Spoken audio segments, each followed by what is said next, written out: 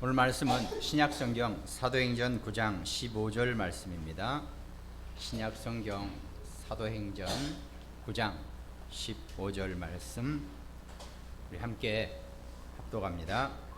주께서 이르시되 가라, 이 사람은 내 이름을 이방인과 임금들과 이스라엘 자손들에게 전하기 위하여 택한 나의 그릇이라. 아멘. 택한 그릇이라 그랬죠. 오늘 말씀 제목이 그릇을 준비하라 그래서 그릇 준비 그랬습니다. 우리 신앙생활 하면서 물론 여러분과 제가 많은 응답을 받죠. 우리가 응답받기 위해서 신앙생활 하는 것은 아니지만 실제로 하나님 여러분과 제게 사실적인 응답을 우리 삶 가운데서 계속 허락하시고 우리에게 공급하고 계십니다. 우리 교회도 또 우리 성도님들도 참 오래 들어서 이런저런 렘넌트들로부터 시작해서 많은 응답들을 받고 있는 것을 정말 제가 감사하죠. 근데 우리가 신앙생활하면서 물론 평상시에도 해야 되겠지만 최종적으로 우리가 할 수 있는 것은 한 가지밖에 없다 그랬죠.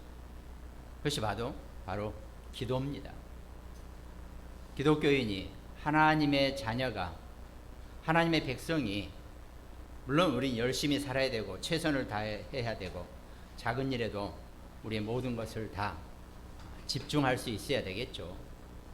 그러나 우리가 마지막에 할 수 있는 것 기도밖에 없다 그랬죠. 근데 그것을 우리가 마지막에 해야 될 걸로 남겨놔 버리면 우리가 너무 많은 것을 놓치고 있다는 거죠. 기도는 평상시에 우리가 누려야 될 것 중에 최고의 것이라는 겁니다. 기독교인이 구원받고 하나님의 자녀가 됐는데 이 평상시 기도로 행복하고 기도로 누릴 수 없다면 어쩔 땐 또 우리가 많은 것을 놓치고 살 수도 있다는 겁니다. 그리고 힘들이지 않아야 될 것을 아주 그냥 진땀까지 내가면서 아니면 젖먹던 힘까지 짜내가면서 고생하는 경우도 분명히 있다는 겁니다. 우리가 기도를 한다는 것은 내가 가장 행복해야 되는 것이라 그랬죠. 그러니까 내가 기도하는데 나는 행복하지 않고 행복을 느끼지 못하겠다라고 하면은 좀 자기의 기도를 한번 좀 점검을 해볼 분명히 그런 필요가 있는 거겠죠. 만약에 정말 우리가 기도의 능력과 기도의 힘이 없다면 어쩌면 우리는 살아남지 못할 것이라고 해도 전혀 과한 표현은 아니라는 겁니다. 우리 주변에 우리 살아오면서 여러 가지 또 정말 나랑 가장 가까우면서도 또 한 식구 같은데도 때로는 내게 우리 자신들에게 어려움이 되고 상처가 되고 문제가 되는 경우도 종종 있다는 겁니다. 내지는 또 정말 가장 가까운 것 같았는데 나를 가장 어렵게 만드는 이런 상황도 사람들 사이에 발생할 수 있다는 거죠. 그럴 때마다 우리 기독교인이 그것을 능히 이겨내고 넘어설 수 있는 힘은 기도 외에는 다른 것이 없다라는 것입니다. 내가 아무리 인본주의를 잘 쓰고 내가 아무리 율법에 강하고 내가 아무리 신비 속에 있다 할지라도 기도로 그 모든 것을 이겨내고 넘어설 수 있는 그런 힘이 평상시 기도 누림 속에 우리 기독교인들이 반드시 있어야 한다는 겁니다. 어떻게 보면요, 기도 누림 속에서 정말 하나님이 내게 주신 것 많은 것을 주시고 내게 많은 응답을 하셨지만 기도가 하나님이 우리에게 주신 최고의 선물이라는 것, 이걸 깨닫고 살아간다는 것, 이게 정말 가장 감사한 기독교인의 모습이 아닐까 이렇게 생각해 봅니다. 그러니까 우리는 정말 기도 누림 속에서, 기도 행복 속에서, 기도 응답 속에서, 기도의 선물 속에서 여러분과 제가, 우리 자녀들이 정말 축복을 누리면서 살 수 있는 것, 이게 정말 우리는 필요하다는 겁니다. 그런가 하면 서론의 또 하나는, 그래서 기도와 가장 밀접되어 있는 것 중에서 우리가 많이 얘기하죠. 호흡 기도라 그랬죠. 왜? 우리의 육신의 건강과도 가장 중요하거든요. 사람이 육신이 불편하고 육신이 힘들고 육신이 병이 들면요, 솔직히 말해서 다 귀찮아요. 성령 충만도 쉽지 않아요. 그거 솔직히 얘기해서. 왜? 온몸이 너무나 자지러지게 고통스럽고 힘들고 아프고 쿡 쑤시고 그러는데 뭐가 있겠습니까? 일단 기본적으로 생각과 마음은 쫙 사라져 버리는 거죠. 그래서 우리가 기도할 때 특별히 이 호흡 기도를 우리가 좀 많이 얘기하잖아요. 호흡 기도는 호흡을 들으셨다 내쉬다 뭐 잘하라, 이것도 뭐 우리가 뭐 너무 많이 말씀드렸기 때문에 뭐 다 그냥 거의 알고 있는 내용들이죠. 그렇게 하면 되는 거예요. 네, 집중입니다. 우리가 호흡을 한다는 얘기는 내가 집중 속에 있다는 거죠. 집중 속에 있으면 내가 호흡이 자연스럽게 편안해지고 걸러지게 되어 있다는 겁니다. 그러니까 이렇게 몇 년 전이 되나? 제가 좀 약간 어지럼증과 두통이 좀 있었죠. 그래서 병원에 갔더니 의사가 몇몇 의사를 만났는데 전부 다 하는 얘기가 스트레스가 많으세요? 저한테 그러는 거예요. 제가 스트레스가 많아 보입니까? 예, 그러네. 아무튼 근데 이제 의사가 보기에는 뭔가 여러 가지 이렇게 테스트 같은 거 해보고 이렇게 해보니까 상당히 스트레스가 좀 있어 보인다고 이렇게 얘기하더라고요. 근데 내가 스트레스? 정말 내가 스트레스가 많은 건가? 이제 제가 이렇게 생각하다가 한편으로 그렇지. 우리는 뭔가에 집중할 수 있는 그 집중이 있으니까 의학적으로 보면 그 집중이나 스트레스나 비슷한 수치로 나올 수 있는 거겠구나. 이게 의사가 그러니까 스트레스 수치가 좀 높은 거 아니냐, 이렇게 판단을 하는 것 같더라고요. 우리는 집중할 수 있는, 평소에 집중할 수 있는 집중의 힘이 있는데 그게 의학적으로 사람 과학적인 눈으로 보면은 일종의 스트레스 수치로 나타나는 거 아닌가, 이렇게 제가 좀 생각이 되더라고요. 그만큼 우리는 기도 속에서, 결국은 기도도 집중입니다. 내가 집중 속에 있으면서 내 호흡을 천천히, 쉬면서 호흡하니까 뭐 어려운 거 없습니다. 천천히 내쉬면 되는 거거든요. 이게 지금 천천히 들이마시다 천천히 내쉬는 게 가장 좋은 호흡 건강 기도법이라고 그랬잖아요. 그러니까 이게 필요하다는 겁니다. 내가 기도 속에 있으면서 그 기도와 함께 내가 집중할 수 있는 이 호흡, 이게 우리한테는 건강하고 육신적인 것하고 가장 밀접한 관계가 되어 있다는 겁니다. 그러니까 어떤 목사님이 그랬잖아요. 아주 정말 훌륭하신, 한국에 정말 훌륭하시고 유명하신 목사님인데 그냥 건강관리를 제대로 못해가지고 이제 급기야 미국에까지 가서 이렇게 그 치료를 받으러 가시면서 하는 얘기가 있었다 그랬잖아요. 그 목사님이. 지금은 하늘길이 막혀서 우리가 비행기나 공항 잘 못 가지만 공항 갈 때 휠체어 타고 들어가면 평소에 멀쩡했던 사람이 휠체어 타고 이 보딩하러, 탑승하러 들어가면 가장 비참하다고 그러더라고요. 그 이제 중국에 어떤 내 아는 젊은 남자 목사님 있었는데 아주 얼마나 액티브한지 아주 잘 뛰어요. 근데 허리가 탁 다쳐가지고 중국으로 돌아가는데 휠체어를 타고 자기가 그 탑승 보딩을 가니까 진짜 비참하더라고요. 그러더라고요. 자기 마음이. 멀쩡하게 걸어가던 내가 이거 휠체어를 타고 이 비행기를 타러 들어간다는 것 자체가 쉽지 않거든요.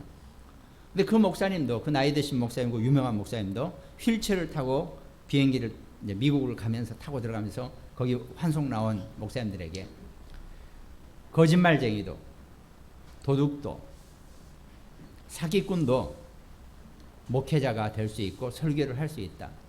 그러나 병든 자는 목회를 할 수 없다. 이렇게 하면서 가셨어요. 그러면서 그만큼 우리가 영적인 힘과 성령에 충만한 능력도 중요하지만 자기 육신을 제대로 관리 못하고 육신의 건강을 놓쳐버리면 아무것도 못한다는 얘기입니다. 그만큼 여러분과 제가 기도 속에서 집중 속에서 우리가 정말 우리의 육신적인 호흡 건강도 정말 우리가 생각하면서 응답을 받아야 된다는 겁니다. 우리가 기도를 어떻게 합니까? 어떤 기도를 우리가 합니까? 뭐 이거 해주세요, 이거 되게 해주세요. 우리가 이런 기도 아마 적어도 저나 여러분 우리 지금 함께 하시는 분들은 이런 기도 잘 안 하실 것 같아요. 뭘 주세요, 뭘 되게 해주세요. 이런 기도 잘 안 합니다. 오직 우리 입에서 처음에 나오는 얘기는 무조건 세계복음화, 전도, 선교, 이런 말씀 속에 이런 기도 속에 있잖아요. 사실 그게 가장 올바른 기도고 정확한 기도입니다. 다른 건 하나님이 주시면 쓰고 안 주시면 안 쓰면 됩니다. 그러나 우리가 정말 기도해야 될 것은 전도와 선교에 대한 세계복음화의 언약의 기도입니다. 이 기도 속에 모든 것이 다 포함되어 있다는 겁니다. 여러분과 저와 우리 자녀들 렘넌트들이 이 세계복음화의 증인과 응답을 받아버리면은 경제 문제, 명예 문제, 건강 전부 다 해결되는 최고의 하나님의 방법입니다. 뭐 이것저것 달랄 것 없어요. 하나님, 저와 우리 자녀, 우리 렘넌트들이 이 세계복음화의 증인이 되게 해주세요 라고 한마디 해버리면, 이 응답 받아버리면요 아무것도 바랄 게 없어요. 아니 우리 렘넌트가 세계복음화의 증인 삶을 사는데 세계복음화 하려면 어떡합니까? 세계를 다녀야 될 거 아닙니까? 그럼 아침밥 먹고 집에 나와서 제가 누차 말씀드리잖아요. 점심 일본 도쿄에 가서 먹고 저녁 파리에 가서 먹고 밤에 좀 늦게 집에 돌아오고, 이게 세계복음화의 증인이죠. 꿈 같은 얘기 같습니까? 그렇지 않아요. 이걸 꿈이라고 생각하는 순간 영원히 멀어집니다. 그게 우리의 현실이고 우리 렘넌트의 가까운 미래고 우리 렘넌트가 반드시 응답받아야 될 내용들이에요. 그렇게 시대가 빨라지고 그런 응답을 받습니다. 그 축복을 누릴 수 있게 된다니까요. 기도, 다른 것보다도 이 세계복음화의 언약기도, 이것이 우리를 집중하게 하고 이것이 우리를 호흡 건강 속에 있게 하고 우리를 정말 행복하게 누리게 해주는 최고의 기도 제목이 될 것입니다. 그러면서 우리가 기도 속에서 내가 정말 깊은 기도 속에 들어가 있고 깊은 생각 속에, 우리가 깊은 기도를 할 줄 안다는 것은요 깊은 생각을 할 줄 안다는 것과 똑같습니다. 사람이요 생각을 깊이 해야지 너무 얇고 짧게 하면요 항상 문제가 옵니다. 이거 해놓고 또 바꿔야 되고 또 수정해야 되고 고달퍼요 인생이. 조금만 깊게 생각하고 조금만 넓게 보면은요 두 번 일 하지 않고 실수하지 않죠. 뭐 저도 이렇게 사실 우리가 이전을 했죠. 교회를 이전을 한 건 맞죠. 제가 이렇게 우리 시차례 때 목사님들하고 그런 얘기를 했는데, 이건 이전이 아니라 교회를 하나 새로 만드는 거다. 우리는 그냥 저쪽에 있는 물건이 이쪽으로 가져왔다고 생각하지만 제대로 그렇게 된 건 없어요. 왜냐하면 요 새로운 데는 전부 다 새로운 게 들어와야지 맞는 거거든요. 사실 많이 버리고 왔어요. 우리가 상당히 버리고 왔어요. 근데 이 새로운 것을 세팅을 하고 안착을 시키려고 그러니까 이건 하나 새로 짓는 거나 마찬가지더라고요. 그러니까 사실 이렇게 제 개인적으로, 근데 이거를 돈을 주고 하려면요 금방 1,000만 원, 2,000만 원이 돼버려요. 요 설비를, 이 시스템을 남의 손을 맡기면. 그리고 돈을 들여놓고도 무슨 문제가 생기냐, 내 마음에 안 들어요. 또 왜? 이게 교회에 우리 집안 문제라면 또 다르죠. 집안이라면. 교회 일은요 가장 영적인 생각 속에서 위치해 있어야 됩니다. 모든 것이 영적인 이유 때문에. 저는 최대한 그 영적인 생각 속에서 영적인 느낌 안에서 모든 것을 배치하고 싶거든요. 근데 많은 사람들은 또 그렇지 않죠. 그냥 이렇게 보기 좋고 이렇게 뭐 하는 것도 감사하죠. 그렇지만 이제 그렇게 하다 보니까 제 몸이 못나만 하더라고요. 이거 다 일일이 제가 다 드릴 들고 피스 받고 다 해야 될 판이니까. 왜? 맡기지를 못하겠는 거예요. 다른 사람들. 그냥 일하는 사람들 데려와서 요즘 일당도 세요. 20만 원씩이에요. 사람 하나 부르면. 일 시키면요. 그냥 자기 고집대로 자기 멋대로 박아버려요. 그거 하나만 하죠. 그러다 보니까 시간도 좀 걸리고 어찌됐든 점점 안정이 되어 가지만 시간이 흐르면서 여러분과 제가 좀 약간 수정할 건 수정하고 이제 우리가 여기 안착을 하면 되는 거죠. 그러다 보니까 상당히 이 몸이 건강이 불편하면요. 다른 게 그냥 생각을 깊이 못 하더라고요. 깊은 생각이 저도 잘 안 나요. 어떨 때는. 그래서 가능하면 좀 쉬어가면서 계속 조금 이제 수정을 하고 있는데 요 꼴랑 80평밖에 안 되는 것도 이런데 수백 평 가진 교회 목사님들은 오직 힘드시겠습니까? 그럼 어찌됐든 우리가 우리 안에서 여러분과 제가 서로 정말 잘 이렇게 하나님께 가장 교회에 와서 영적인 힘을 얻고 영적으로 상처 입지 않고 영적인 훼손 없이 여기서 잘 있다 가는 것, 이게 저나 여러분이 우리 교회에서 바랄 수 있는 최상의 것이겠죠. 그러다 보니까 우리가 깊은 생각을 하려면 육신적인 건강이 반드시 필요해요. 사람이 몸이 불편해가지고는 깊은 생각을 할 수가 없어요. 생각이 깊이 안 나온단 말이죠. 그럼 어떡합니까? 늘 생각이 짧고 얕고 좁고 그러니까 항상 고달프죠. 그러지 말고 우리가 정말 깊은 기도 속에서 갱신의 지혜가 생겨날 수 있는 모든 문제를 보면서 그건 다 갱신의 신호라고 생각하고 우리가 깊은 기도 속에 들어가면 된다는 겁니다. 어떻게 하면 나와 함께하는 이 많은 사람들과 일들, 사건들 하나님의 뜻에 맞도록 갱신시켜 나갈 것인가? 이게 우리의 최고의 기도 제목이고 기도 내용이 된다는 겁니다. 사람은요, 살면서요, 끊임없이 갱신하고 살아야 돼요. 저도 마찬가지입니다. 많이 갱신하려고 노력하지만 참 쉽지가 않아요. 그러니까 그러다 보니까 이게 좀 이렇게 저렇게 뜻이 안 맞을 때도 있겠죠. 어찌됐든 여러분과 제가 정말 젊은 사람이 빨리빨리 갱신을 안 해내면요, 노인처럼 보입니다. 그러나 나이 먹은 사람도요, 갱신을 이렇게 잘하고 자기 자신을 늘 관리하는 사람은요, 젊게 보이고 전혀 늙어 보이지가 않는다니까요. 뭐 여러분들은 느끼실지 모르겠지만 이렇게 제가 여기 이쪽 지역으로 온 지가 한 10년이 넘었죠. 뭐 이렇게 그래도 꽤 오래 보신 분들도 있는데, 근데 이제 특히 목회자분들이 그런 얘기를 하는 거예요. 어떻게 김 목사는 10년 전이나 지금이나 하나도 안 변해? 머리도 더 안 빠졌어. 내가 보기에는 머리가 좀 많이 빠진 것 같은데 그 사람들 보기에는 내가 하나도 안 변했다는 거예요. 그때나 처음 봤을 때나 지금이나 그 십몇 년 지난 세월에 그 젊었던 목사들은 많이 나이 들고 나이 든 태가 나고 막 늙어 가는데 별로 안 변했대요. 크게 그때나 지금이나 똑같대요. 그런가? 뭐 그런 기분도 들지만 어쨌든 우리가 늘 깊은 생각, 깊은 기도 속에 있으면 사람이 갱신의 지혜가 생겨난다는 겁니다. 이게 우리가 이제 신앙생활하면서 정말 우리가 좀 잘 누리면서 응답을 받아야 될 기도의 내용들입니다.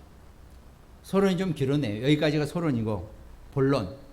미국에 지금 뭐 난리가 났죠. 바이든 이렇게 대통령 당선자. 특이한 게 여성 부통령, 흑인 부통령을 세웠단 말이죠. 그 이제 거의 확정되고 나서 그 여성 부통령이 처음으로 하는 얘기가 내가 마지막이 아니고 이것이 시작이다라고 얘기했거든요. 여러분과 저도 우리가 여기가 마지막이 아니고 우리가 어떤 일이 마지막이 아니고 늘 새로운 시작을 할 수 있는 그런 응답의 주인공이 되시기 바랍니다. 새로운 시작을 하기 위해서는요, 우리가 그릇이 준비되어야 됩니다. 우리가 그릇이 온전해야 되고 택한 그릇으로서의 우리의 삶, 인생이 우리에게 필요하다는 겁니다. 이거 어떻게 우리의 택한 그릇을 준비할 것이냐? 그 하나가 사도행전 오늘 읽은 본문 9장 15절 앞에 사도행전 9장 1절에서 10절 내용이 있죠. 바울이 원래는 사울이라 그랬죠. 바울이 처음에는요, 대제사장 가문의 어마어마한 집 출신이라 이 예수 그리스도 이름 부르는 자는 다 잡아서 죽여도 좋다는 살인 면허까지 받고 이 다메섹 도상을 가는 중이었어요. 지금 두 눈을 부라리면서 마음을 굳게 하면서 이 율법을, 이 복음을 어지럽히는 자들을 내가 가만두지 않겠다 그러면서 자기는 나름대로 하나님 앞에 충성된 정말 종으로서의 마음을 가지고 복음을 못 깨달으니까요. 어떻게 하든 예수 그리스도 이름을 얘기하는 사람들을 다, 그리스도인들을 다 잡아 죽여야겠다 이렇게 생각하고 가다가 어떻게 됐습니까? 예수님을 만나고 완전히 180도 바뀐 하나님의 전도제자, 하나님의 백성이 되었죠. 그러면서 바울이 한 가지 딱 결정한 게 있었어요. 지금까지 내가 알고 봤던, 내가 소유하고 있던 건 이건 다 배설물과 같구나.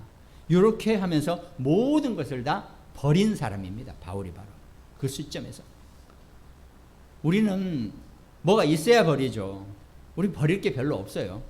근데 바울은 완전히 다 버리면서 또 아차 싶은 것. 그러니까 마지막에 자기가 그런 이 고백도 했잖아요. 내가 이 모든 것을 다 배설물로 내가 알겠다. 이렇게 고백을 했단 말이죠. 우리가 뭘 버린다는 얘기는요, 필요가 없다는 얘기입니다. 그 소용이 안 된다는 얘기예요. 아무 쓸모가 없다는 겁니다.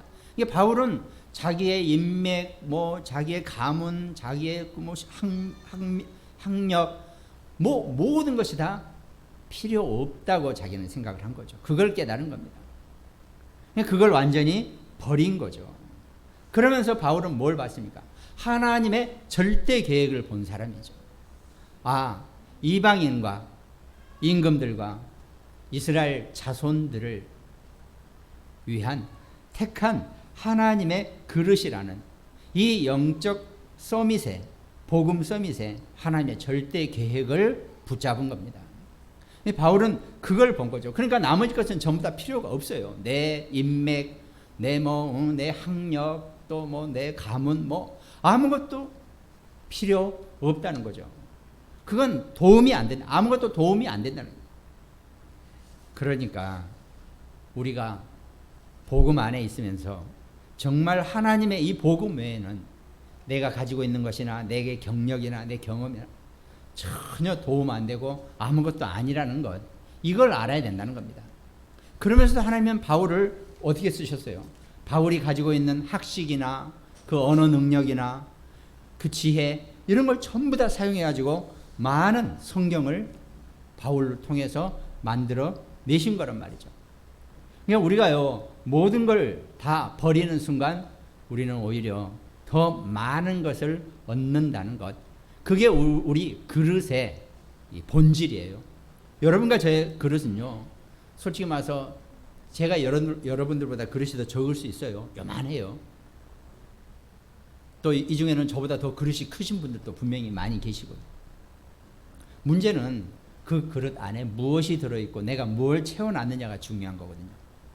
다 비워버리면 더 큰, 몇 배의 더 큰 그릇의 용량을 하나님이 허락하신다는 겁니다. 그게 우리 그릇의 특성이고 본질입니다. 내가 아무리 그릇이 넓어도 내 그릇 안에 엉뚱한 것이 채워져 있으면 나하고는 아무 의미가 없어요.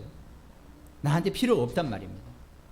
오직 하나님의 절대 계획에 이 복음 서밋의 말씀이 우리 그릇 안에 충만하게 채워지게 되기를 주님의 이름으로 축원드리겠습니다. 그러면서 본론의 두 번째로, 하나님이 여러분과 저에게 또 바울에게 택한 그릇이라고 한 것처럼 여러분과 저를 택한 그릇이라고 말씀하고 계시는 겁니다. 오늘 우리가 사도행전 9장 15절을 읽는 순간 그 택한 그릇에 택한 나의 그릇이라는 이 언약이 그대로 여러분과 저와 우리 자녀들 렘넌트들에게 성취되는 줄 믿습니다. 그러면 하나님이 여러분과 저를 택한 하나님의 그릇이라고 하셨기 때문에 우리는 그것을 그 그릇 안에 지금까지 내가 살아왔던 것, 내가 가지고 있던 것, 내가 알던 것, 그걸 담을 생각을 하지 말고 새로운 것을 담으라는 겁니다. 앞으로 하나님의 절대 계획 속에서 하나님이 우리에게 응답하실 것이 너무 많기 때문에 하나님의 응답만을 담으시라는 거예요. 하나님 여러분과 저에게 그릇을 주셨어요. 했다. 자, 이건 나의 택한 나의 그릇이다고 주셨단 말이죠. 그럼 하나님이 주신 그릇을 하나님의 것으로 담아도 시원찮는데 또다시 여기다가 내 옛날 거 차곡차곡 집어넣어서는 아무 의미가 없다는 겁니다. 하나님의 택한 그릇은 하나님의 것으로 새로운 하나님의 응답으로 입력하시기 바랍니다.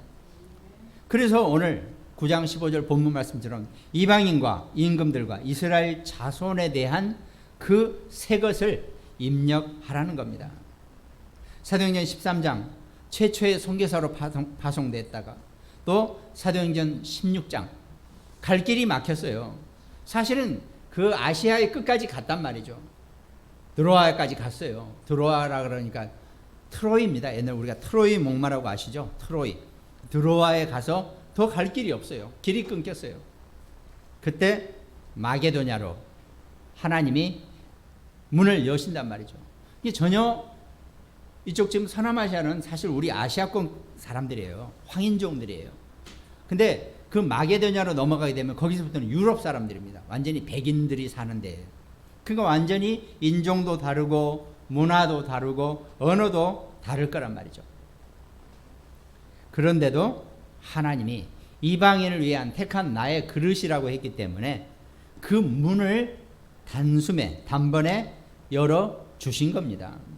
바울은 하나님 지금 더 말씀을 전하러 갈 길이 끊겼습니다. 했을 때 마게도냐로 전혀 다른 문화권으로 이방인으로 인도를 하고 계신다는 겁니다. 그러니까 이 응답을 잘 받을 수 있어야 해요. 우리 자녀들 렘넌트들이 이제는 정말 세계를 무대로 뛰어놀 수 있는 세계를 무대로 움직일 수 있는 그런 그릇이 되어져야 한다는 겁니다. 대한민국의 조그만 이 평택에서 일생을 사는 게 아니라 정말 아까 말씀드린 것처럼 아침에 일본에 갔다가 저녁에 유럽에 갔다가 밤에 좀 늦게 집에 들어오고 이런 삶이 분명히 된다니까요. 적어도 그 정도로 이방인에 대한 언약을 채우면 된다는 겁니다. 로마서 15장 23절 로마가 아니라 스바냐까지 땅 끝까지 바울은 언약을 붙잡은 겁니다. 그것이 이방인의 언약이죠. 그리고 임금들 유다 임금 마게도냐에서 가이사 앞에서 마지막으로 최종적으로 바울아 두려워하지 말라 네가 가이사 앞에 서야 하겠고 그랬습니다. 그 시대 최고의 정복자의 로마의 왕 로마 황제 가이사 앞까지 바울은 인도받게 된다는 겁니다. 그러면서 바울은 이스라엘 자손 후대 렘넌트 언약을 놓치지 않았다는 겁니다. 바울은 가는 곳마다 그 선교지에서 전도지에서 렘넌트의 언약을 붙잡았습니다. 디모데, 두기고, 실라, 베베, 가이오 많은 사람들 전부 다 렘넌트 언약 속에 있는 사람들 그 후대를 붙잡고 응답을 받은 겁니다. 그러니까 제자는 하나님이 만드신다 그랬죠. 하나님이 붙이신다 그랬습니다. 여러분과 제가 우리가 살아가면서 우리 삶에 제자가 붙어지고 제자의 응답 받게 되기를 주님의 이름으로 축원드리겠습니다. 그것이 택한 하나님의 그릇인 여러분과 저의 스케일입니다. 우리의 삶의 방향과 목표가 되는 거죠. 이방인과 임금들 또 우리가 자주 쓰는 말로 서밋들입니다. 세상의 서밋, 육신의 서밋 앞에서도 우리가 영적 서밋, 복음 서밋으로 여러분과 제가 우리 자녀들이, 우리 렘넌트들이 승리자로 남게 된다는 겁니다. 그러면서 이 렘넌트의 언약은 절대로 무너지지 않고 끝나지 않고 우리 자손과 후대를 통해서 계속 지속돼야 될 하나님의 언약이고 절대 계획이라는 것, 이 축복을 누리게 되기를 주님의 이름으로 축원드리겠습니다. 그러면서 오늘 본론의 세 번째, 그러면서 이제 가는 곳마다 만남의 축복을 누리는 것. 기도응답 속에서, 기도의 축복 속에서 이 만남의 축복, 그건 나의 그릇하고 상관이 있습니다. 그릇이 애매한 사람은요, 어떤 만남을 갖더라도 그것이 제대로 축복으로 연결되지 않아요. 그러나 정말 그릇이 하나님의 그릇 속에 있고 하나님의 그릇에 응답을 받은 사람들은 어떤 사람을 만나도, 아무리 이상한 사람을 만나고 내게 정말 유해를 가져오는 사람이 될지라도 그 만남을 축복으로 바꿔버리는 그 응답을 누리게 되어 있다는 겁니다. 그러니까 가끔 뭐 이렇게 그런 이렇게 얘기가 있잖아요. 막 강도가 들어와가지고 한밤중에 쳐들어왔는데 정말 복음의 마음으로, 복음의 심정으로 그 사람과 대화를 했더니 강도가 그냥 가더라고. 이런 얘기도 우리가 간증 속에 봤잖아요. 아니, 한밤중에 자기 집에 칼 들고 들어온 강도하고는 만남 중에서도 최악의 만남 아닙니까? 그거는 그런 만남은 있어서도 안 되겠지만 그 만남을 하나님의 축복으로 바꿔버릴 정도로 만남의 축복을 우리가 누린다는 것은 그만큼 우리가 하나님의 택한 그릇으로서의 자세, 준비, 이 모든 것이 되어 있기 때문에 가능하다는 겁니다. 그래서 우리가요, 다른 힘을 얻을 게 아닙니다. 하나님이 여러분과 제게 주신 그 위에서 주시는 힘을 가지고 우리가 어떤 만남도 다 축복으로 바꿔버릴 수 있는 것, 그것이 하나님 주시는 힘입니다. 그래서 사도행전 13장 여러 종류의 사람들이 다 모였을 때 금식하면서 성령의 인도를 받았다 그랬죠. 또 사도행전 16장 아까 말씀드렸죠. 바울이 드로아에서 문이 막혔을 때 흔들리지 않고 내 고집대로 하지 않고 마게도냐로 오라고 하는 그 응답을 받았다는 겁니다. 우리는 막히면 두 팔 걷어붙이고 어떻게든 해결해 보려고 그러죠. 뭐 나쁜 건 아니겠죠. 그러나 성령 인도 받는 사람들은요, 두 팔부터 걷어붙이지 말고 두 손부터 모아서 하나님 앞에 기도하시기 바랍니다. 그럼 반드시 하나님이 그 모든 만남을, 없는 만남도 축복으로 바꾸셔서 만남의 축복으로 이루어 가신다는 겁니다. 그러면서 절대 불가능한 것 같아 보이는 어떤 것도 하나님이 주시는 절대 가능으로 바꿀 수 있는 것, 그것이 우리의 만남의 축복입니다. 아니, 나는 어떤 일을 만나고 어떤 사건을 만나고 이게 절대 불가능해요. 그럼 이걸 만남의 축복으로 바꿔버리려면 어떡합니까? 그 불가능이 절대 가능으로 바뀌어버리면 그것이 곧 축복이 된다는 겁니다. 그러니까 바울 팀들이 사도행전 13장, 16장, 19장 이제 본격적으로 마게도냐 생활을 시작할 때, 유럽 전도가 시작됐을 때 무속인과 점술하는 소녀, 점하는 여자, 또 완전히 우상이 어마어마하게 자리를 잡고 있는 그 지역까지, 거기서도 어떻게 했습니까? 아니, 가면 절대 불가능하죠. 지금 예를 들어 무슬림 지역에 가서, 무슬림은 그렇잖아요. 예를 들어 자기 자식이 무슬림을 배신하고 기독교인이 되면 가문의 뜻에 따라서 자기 자녀인데도 그 부모가 죽이는 그런 일이 생긴단 말이죠. 그 정도면 절대 불가능해요. 정말. 자기 자식도 죽이는데 타인 같은 경우는 가만 있을 리가 있겠습니까? 뭐 그런 상태죠. 그런 게 절대 불가능이란 말이죠.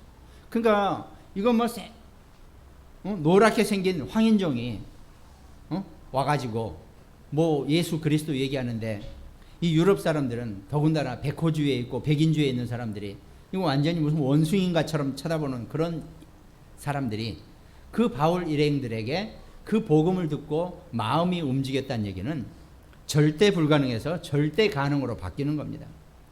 그러니까요, 여러분과 제가 전도자의 삶을 살고 전도제자의 인생을 살려면 먼저 내가 만나는 모든 만남을 전부 다 축복으로 바꿀 수 있는 그 만남의 축복이 분명히 있어야 한다니까요. 그 힘이 없으면은 어떤 상황에 있다 할지라도 결국은 어렵고 고단하고 지칠 수밖에 없는 그런 상황이 생겨난다는 겁니다. 근데 바울팀은 그러지 않았죠. 어딜 가더라도 만남의 축복. 네가 만일 나를 주를 믿는 자로 알게 되면 우리 집에 와서 유하라. 루디아가 그랬죠. 가는 곳마다 그러니까요. 우리가 뭐 인기가 좋아서 바울이 잘생겼냐? 그렇지 않아요. 바울도 이렇게 옛날 기록에 보면은요, 저처럼 머리가 확 벗겨지고 아무튼 키는 작고 시커하고 뭐 등등 황인종에다가 아주 썩 이렇게 마음이 안 갖는 그런 스타일이겠죠. 근데 뭔지는 몰라도 루디아 그러면요, 그 염색하는, 쉽게 말해서 패션업을 하는 여자예요. 그 애나 지금이나 패션업을 하는 여성분이라면 상당히 스타일리시하고 상당히 괜찮아 보일 거 아닙니까? 그런데도 바울한테 바로 이 예수 그리스도 복음을 듣고 나로 주 믿는 자로 알거든 우리 집에 와서 유하라. 우리 집에 와서 잘 수 있게, 우리 집에 와서 거할 수 있게 바로 오픈할 수 있다는 거는, 그거는 모든 만남을 전부 다 축복으로 바꿔버릴 수 있는 하나님의 축복이고 하나님의 능력입니다. 그런 것이 이 만남의 축복 속에 있어야지만이 여러분과 제가 택한 그릇으로서의 모든 응답을 누릴 수 있는 모든 게 준비된다는 겁니다. 그러니까 바울은 그 언약을 가지고 갔기 때문에 로마도 보아야 하리라, 로마에서도 증거하여야 하리라. 가이사 앞에 그 시대 최고의 제국, 역사 속에서 로마 제국만큼 어마어마한 제국이 없었어요. 이 역사를 보면은. 근데 그 로마도 바울에게는 하나의 전도지였고 선교지였고 정말 만남의 축복이 될 수밖에 없는 그런 응답을 바울은 누렸다는 겁니다. 그것이 택한 나의 그릇으로서의, 하나님의 그릇으로서의 모든 만남의 축복을 의미한다는 겁니다. 여러분과 제가, 우리 자녀들이, 우리 렘넌트들이 정말 앞으로 이 택한 하나님의 그릇으로서의 인생을, 그 그릇이 준비되어지는 그런 축복의 증인의 삶을 살게 되시기를 주님의 이름으로 축원드리겠습니다. 그럼 결론은 이제 그러면 지금부터 여러분들은 말씀 3가지를 붙잡고 우리의 그릇을 정말 준비하시면 저는 될 것 같습니다.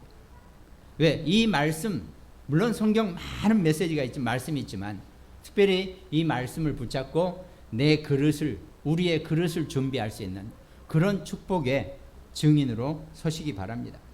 그 하나가 고린도후서 12장 2절입니다. 내가 그리스도 안에 있는 한 사람을 아노니 그는 14년 전에 셋째 하늘에 이끌려 간 자라. 그가 몸 안에 있었는지 몸 밖에 있었는지 나는 모르거니와 하나님은 아시느니라 그랬습니다. 깊은 기도의 힘을 가진 자가 되어야 한다는 겁니다. 그것이 여러분과 저의 그릇입니다. 내 그릇을 내가 뭐 멋있게 색칠하고 내가 멋있게 만들고 이게 내 그릇이 아니라 내가 깊은 기도 속에 있는 것, 그것이 나의 그릇을 정말 하나님이 쓰시기에 최고의 그릇으로 만들 수 있는 최선의 방법이라는 겁니다. 그러면서 갈라디아서 2장 20절, 내가 그리스도와 함께 십자가에 못 박혔나니 그런즉 이제는 내가 사는 것이 아니요 오직 내 안에 그리스도께서 사시는 것이라. 이제 내가 육체 가운데 사는 것은 나를 사랑하사 나를 위하여 자기 자신을 버리신 하나님의 아들을 믿는 믿음 안에서 사는 것이라 그랬습니다. 나는 날마다 죽노라, 바울이 그랬죠. 우리가 끊임없이 내가 날마다 나를 죽이라는 게 아니로 날마다 나는 갱신되어지고 나는 새로운 피조물로 되어 간다는 겁니다. 그것이 내가 내 안에서 나는 죽고 없어지고 내 안에 오직 나를 살리신 그리스도가 내 안에 살고 계신다. 갈라디아서 2장 20절.